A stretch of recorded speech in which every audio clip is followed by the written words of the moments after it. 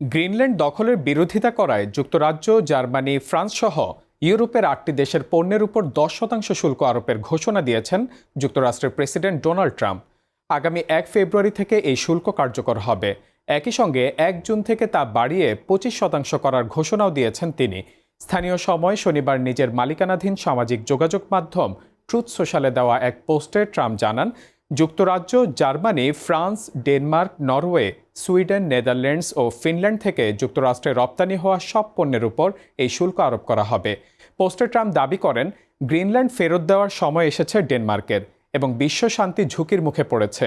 তার ভাষ্য, চীন গ্রিনল্যান্ড নিতে আগ্রহী, অথচ ডেনমার্ক তা ঠেকাতে অক্ষম। ট্রাম্প আরও অভিযোগ করেন, ইউরোপের এসব দেশ গ্রিনল্যান্ডে গিয়ে অত্যন্ত বিপজ্জনক খেলা খেলছে।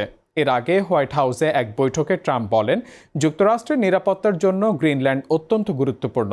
উত্তর আমেরিকা ও আর্কটিক অঞ্চলের সংযোগস্থলে অবস্থিত হওয়ায় ক্ষেপণাস্ত্র সতর্কীকরণ ব্যবস্থা ও জাহাজ চলাচল নজরদারিতে দ্বীপটির কৌশলগত গুরুত্ব রয়েছে।